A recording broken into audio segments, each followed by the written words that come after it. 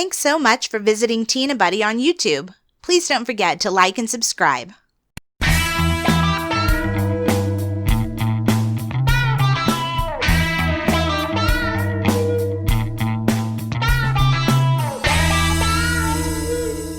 Hello and welcome to Tea and a Butty podcast. I'm Dominic. And I'm Erica. And on today's episode we're going to be talking about why people hate London so much.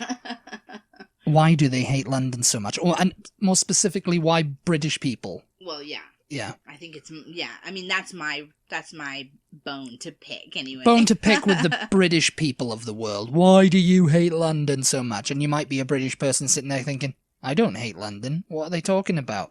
But there are people out there who hate London. Londoners hate London. Are there? There's Londoners out there who go, bloody hate London, bloody hate it. Why would, yeah, but I can't believe they hate that. it, but they don't. At the same time, they don't. Say, I can't believe that they hate it, or they wouldn't live there. They wouldn't so live there, but expensive. like this is mainly people who are just, this is where they've been born. They're living hand to mouth basically, and they hate it because they went on a tube train and there was a burger smashed on the thing on the window. Oh shit, London! That's the name of this Facebook page. Yes, we're not just on cussing Facebook group. gratuitously. We're not just cutting on this page called Shit London. It's not London is shit. It's like just shit that's happening in London. Is it? So apologies for all the profanity, but it's anything that that's happening in London, and it's not a viral pic thing. It's just people who are in London. They've taken a photo of something, and that was one of them. He's got, this is why I hate London, because someone's thrown a burger at this train, and it's like it was still stuck to the window. It would look like a McDonald's thing, Disgusting. And I mean that from that one we saw the little mice in the tube station trying to get the chip. That was from They're going back into a hole. Trying to go back. I have seen a rat in San Antonio. Yeah, in San Antonio. That was a big rat, though. Down at the Riverwalk. He what did he do? He jumped out of the thing, and then he was just like, he looked around like all shiftily, and then he was just like running away from us. It was just These were like tiny little Tom and Jerry mice. Yeah, they were really cute. They were really cute. And why are people afraid of them? That'll be our next episode, I think. Why are people afraid of mice in London? That chip might as well have been like a little piece of orange cheese. They were so cute. They were cute, yeah. I mean, if you on Facebook, go look at that page, and there's a video of them, and it's not so recent, I guess, but yeah. No, but my rant. Yes, this is mainly Erica's rant. By the way, it gets on my nerves. Gets on my nerves when people are like, London, don't like London, well, never like London. London. They're not really like, don't like London. They're like, I don't like London. No, they're more like, it's a little bit Alan Partridge. Accent. Don't like London. Or do it like a Birmingham accent, or... Don't like London. No, don't like it. Yeah, Cornwall, do the Cornwall. Well, Cornwall, don't like London. Don't like it yes. up there at all. But that is my point. Like, people. It's hard to go into a Cornish accent when you just on the spot. And considering I'm from Devon, that's a bad show of mine. But I haven't been back to Devon in years. Okay, so let me just explain where this rant comes from. This rant is brought to you by people of Britain everywhere outside of London, in YouTube vlogs, in podcasts, news clips, podcasts, yeah. Who badmouth London. Oh, okay. The main gripe that people have though about London is it's too noisy, it's too smelly, there's so many people, so many tourists, everybody thinks this is England. Yes. No. You hit the nail on the head right there. That is what their gripe is. Well, People that's a legitimate here, gripe, though, London to be honest. London is not England. London is not England. That's fair enough. Yes. To be clear here for people who might not understand, London is England, but it's not all of England. It's not like their complaint is that tourists from, let's say, America, come to Britain and just visit London and then go back home. or go to Europe or whatever. They don't tour around. They don't go into the Cotswolds. They don't go up into North Wales. They don't go over into Nottingham or up into Scotland. Don't go to Birmingham for a Balti. Yeah. So that's fair enough. London is not the only place to see in Britain. But we ignorant Americans oftentimes just... Black country. London's the only thing we've heard of. That's where we want to go. We want to see... We've seen London on TV, and we've seen the Queen, and we've seen the Houses of Parliament, and Big Ben, even though it's covered in scaffolding right now. So I get it. It's like... You can't see it. You can't really... I can't really think of a place in America that is the equivalent to London that Americans equally complain about in the same way, because America's LA and New York. No, that is what they... No, I've heard people go, oh, don't go to New York. That's not America. I've heard Texans say that. That's not America. You got to come down here to Texas. Okay, you mentioned Texas. It would be like the equivalent of someone coming to Austin and thinking they know everything about Texas now, thinking they've seen Texas. You have not. No, that's something I can attest to. Right. You come to Austin, it's kind of like, I mean, I've never been to LA, but I'd imagine it's like going to LA. But you've been elsewhere in Texas, and it's not like anywhere else in Texas. I've been into the real Texas. I consider up the Panhandle and West Texas, maybe even down to like El Paso and Lubbock and all that. I mean, never been there, but it's like, that's the kind of Texas that people think of. Dallas even. Cowboy country, desert, like Wild West type thing. That's real Texas. You come to Austin, you're just going to see a lot of built-up area, a few parks. It looks like any other city, really, Yeah. I mean, I guess the same is true with Dallas and Houston, Right. So I get that, because I feel the same way. Oh, you've come to Austin, you visited Austin, so you go back home and you're telling everybody, oh, I've been to Texas. I know what Texas is like. Oh, yeah. No, you don't. You know a little, oh, it's starting to thunder here. So if you hear thunder, then we're in Texas. But no, it's very kind of like, you go to Austin, you see a kind of Texas. You see a bit of Texas here and there, but you really have to go outside. You have to go to like the small towns. Yeah. So I get that. And people should absolutely 1,000% see Britain outside of London. I completely agree. I have not seen enough of Britain, in my opinion. I would love to, eventually, like, if we could build this podcast up into something, I would love to do like a series over there, because I think it would be interesting.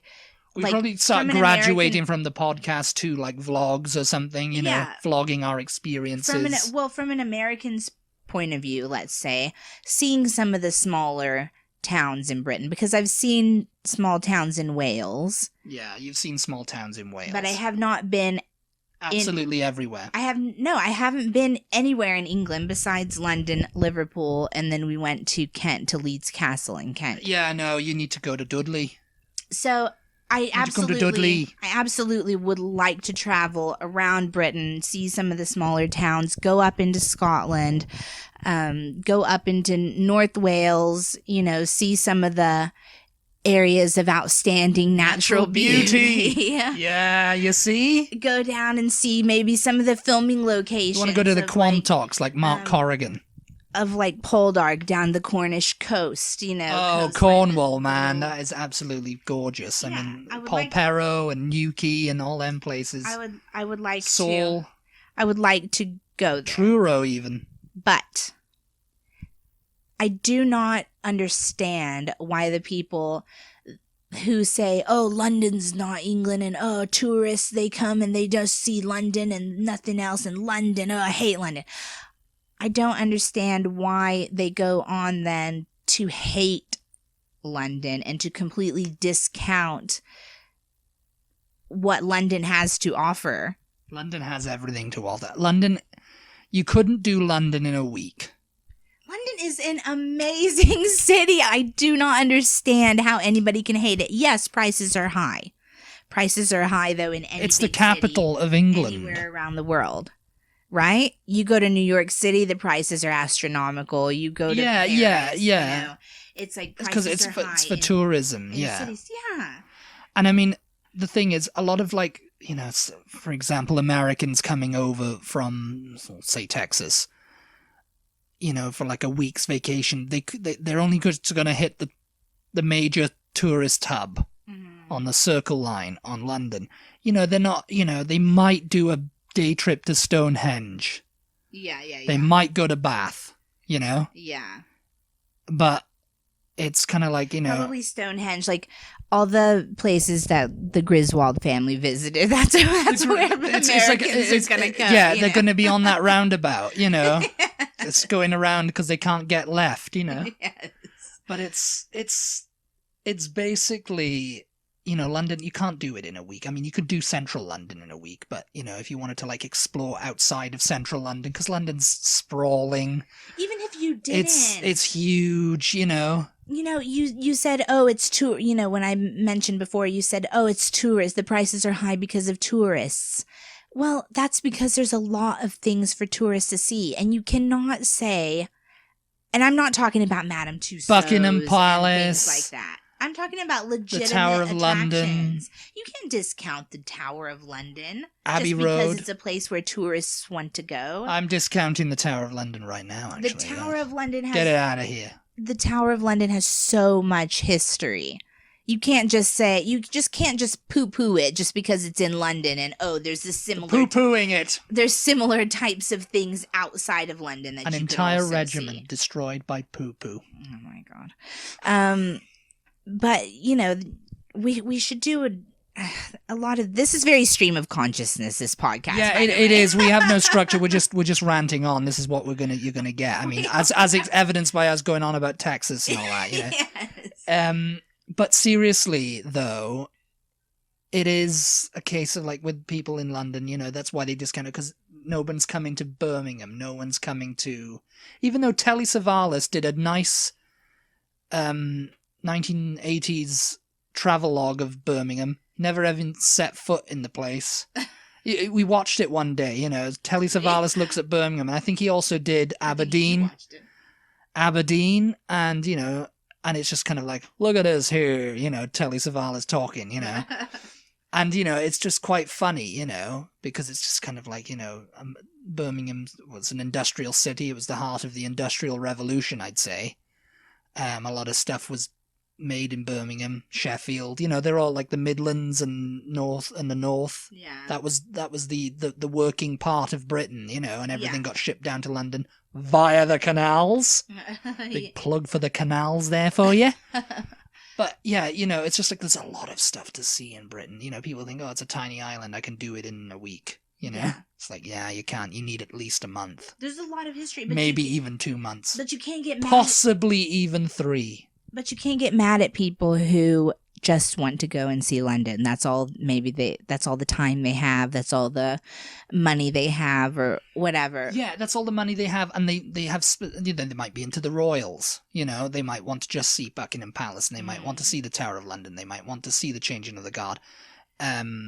Now, if they're and all the palaces in London and whatever, you know, they might want to see that. They might want to go on the Harry Potter studio tour, okay? Well, that's not even in London. Well, it's close enough. You can get a bus out there from London anyway. There's a special bus that operates. I don't know, it's in Hertfordshire or something. Yes, I haven't done that, sadly. Yeah, no, because it wasn't open when the last time we were there. I'm a Harry Potter person, and I desperately need to do that tour, so... Just yes. So Warner Brothers Studio, if you're listening, yeah, fix us up. Now if you get tourists coming to London and they're just doing like Madame Tussauds and the London Dungeon and that's just terrible. The Jack the Ripper tour. It's just terrible. Well, the Jack the Ripper tour, that's something you can do. It's historical. It's quite, you know, if you're into that sort of thing. The Sherlock Holmes Museum. Oh god, I mean, somebody said, I think, you know, it's like, oh, you're paying just to go around a house. Yeah. that a fictional character lived in. You know, Yeah. it's a fictional character. He didn't actually live here Right. because he wasn't real. Yeah. Yeah. You're just going around a house that's been mocked up to look late 1800s, you know. Which is kind of cool, though. It's kind of cool. It's kind of cool, yeah. But because it's how often do you get to do that? You know, if you take out the Sherlock Holmes aspect of it, because he was not a real person. I mean, it's not really. It's not even a film set where people went on. You know, like for the Harry Potter studio tour going back. Those are actual film sets. You know, there's like the Privet Drive house. Yeah. And all that, they've done that. So that, you know, it's like Harry Potter isn't real. Yeah. But, you know, it's like that's where the actors played him. You know, it's not in Baker Street where they've got the Sherlock Holmes Museum, which coincidentally is right next to a Beatles museum too. Yeah. There's a Beatles museum right next to it randomly. I mean, it's not really random because the Beatles did have the Apple shop on Baker Street. Yeah. And there's a nice little plaque up there as well. I'm sure they think John Lennon and George Harrison, MB, worked here. They were behind the tills. They were serving you. No, I'm sure they put it there because it's like, oh, Baker Street, Sherlock Holmes fans will be coming here. It's like there's a lot of tourists in the area. Yes, yeah. So it's just... If you want to go to the where the Beatles actually stood. Yeah. Abbey Road. Well, ish. Well, yeah, no, they walked down Abbey Road. They went down Abbey Road.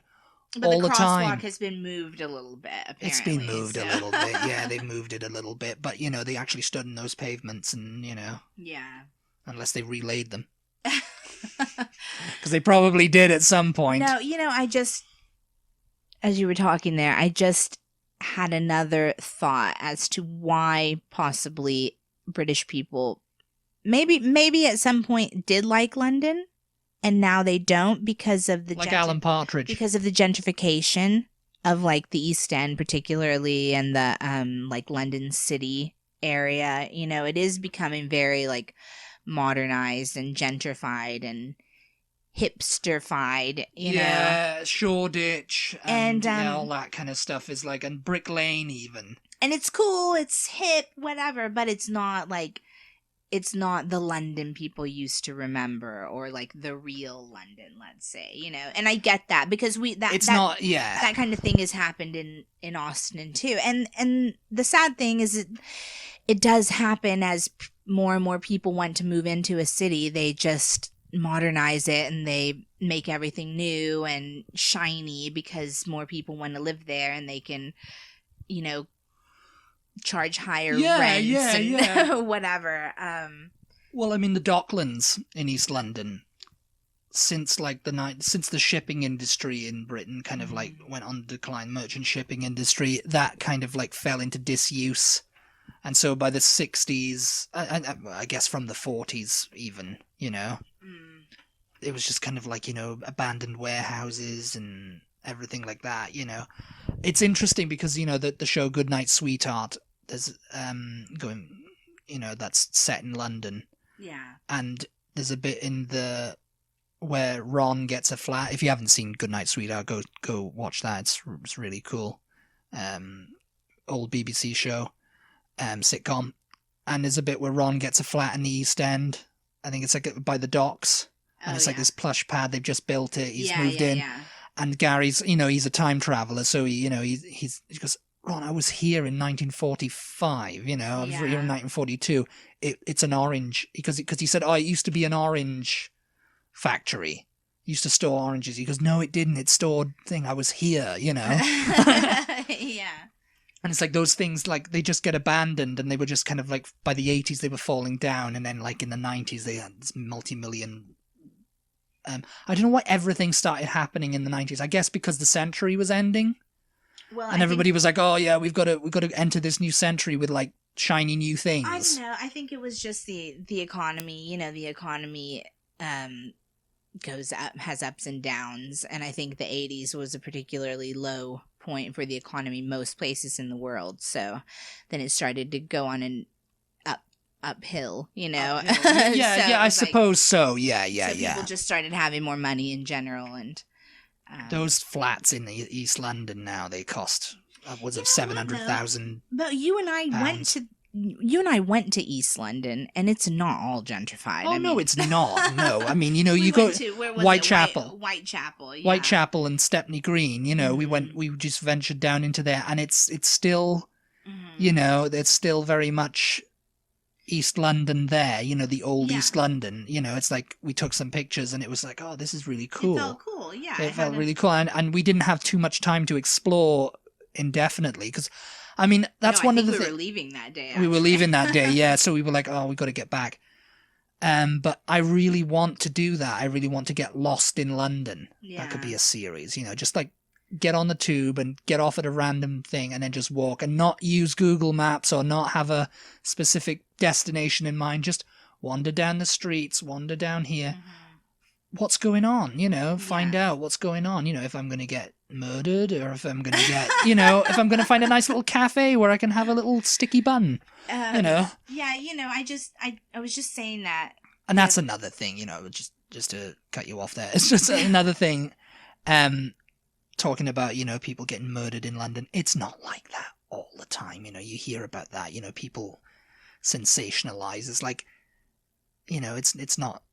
we've always felt safe there. Yeah, yeah. Oh, yeah.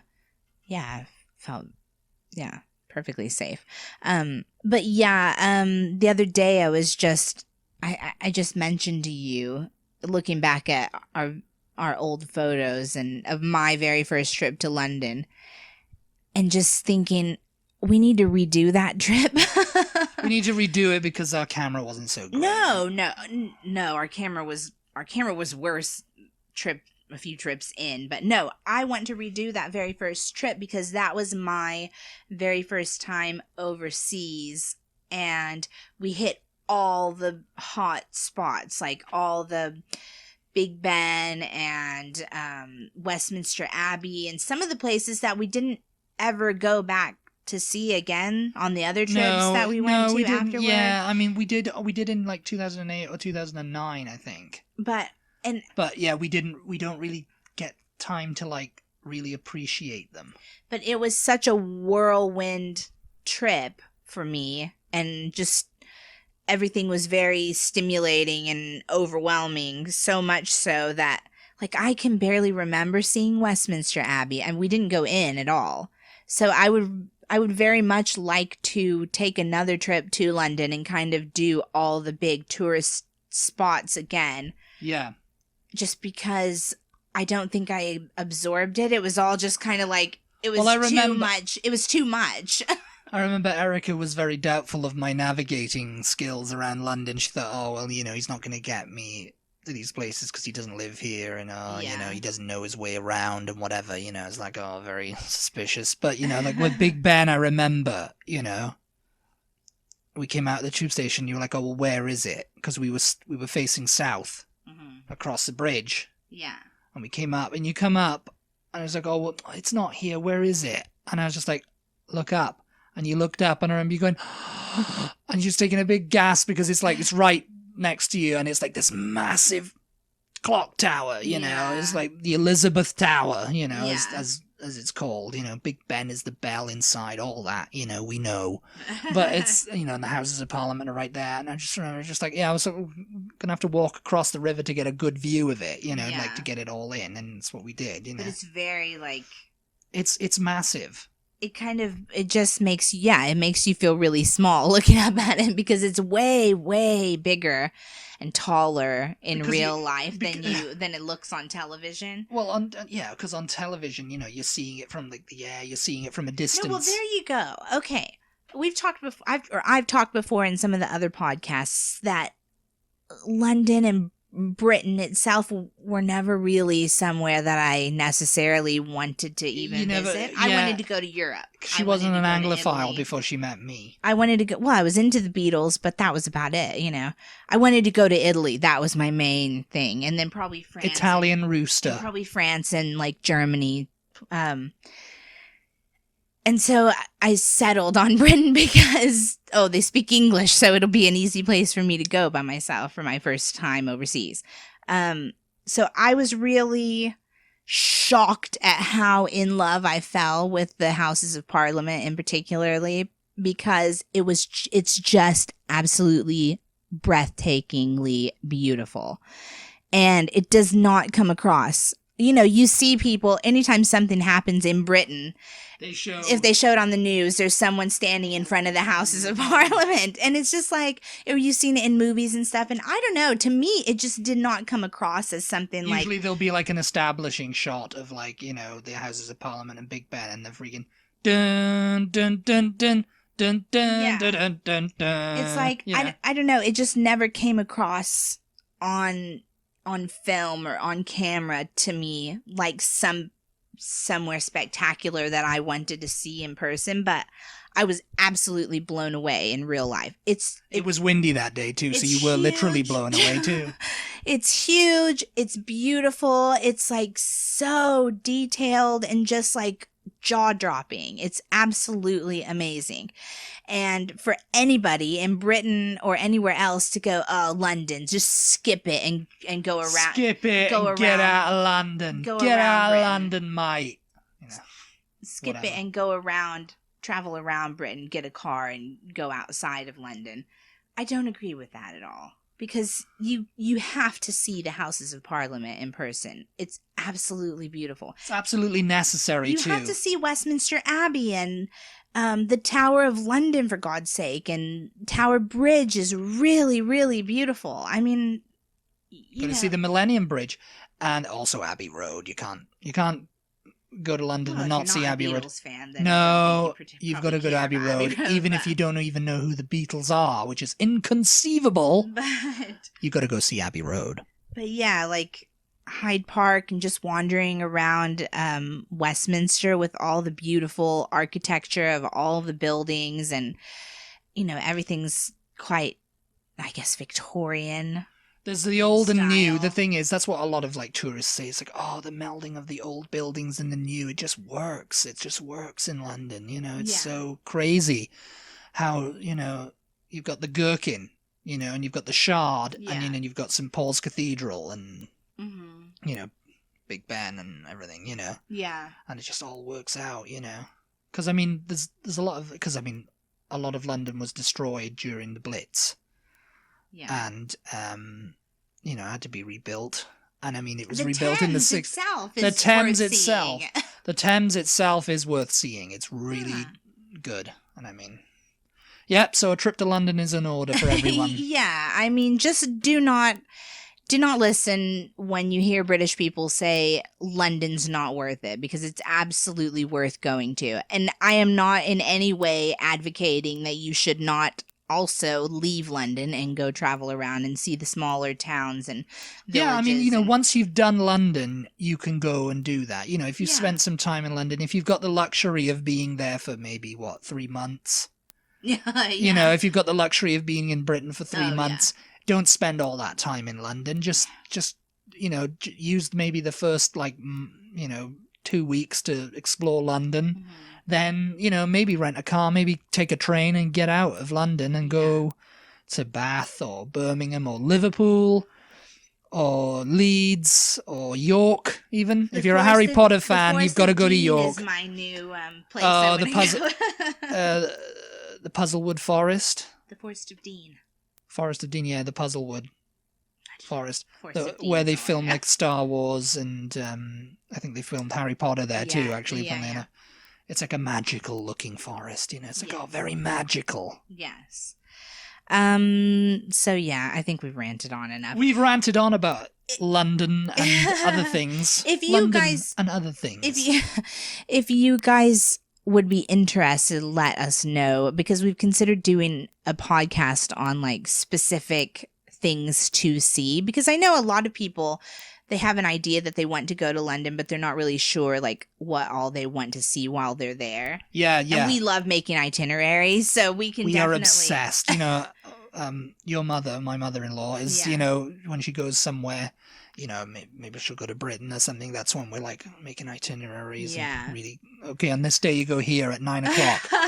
Yeah. And it should take you about an hour, and then at 10 o'clock you can break for eat at Nando's and all that kind of stuff. You know, it's like very military precision. But also, I'm not, and not that there's anything wrong with it, but a lot of the people that you see doing tours of London and stuff on YouTube, for example, they try to show you the lesser known spots, and I understand why. They try to keep you away from like the touristy hubs because there's so much competition there. You know, there's so many people going, and this is Leicester Square, and this is Piccadilly Circus, and this is the Houses of Parliament, and that's Buckingham Palace, you know.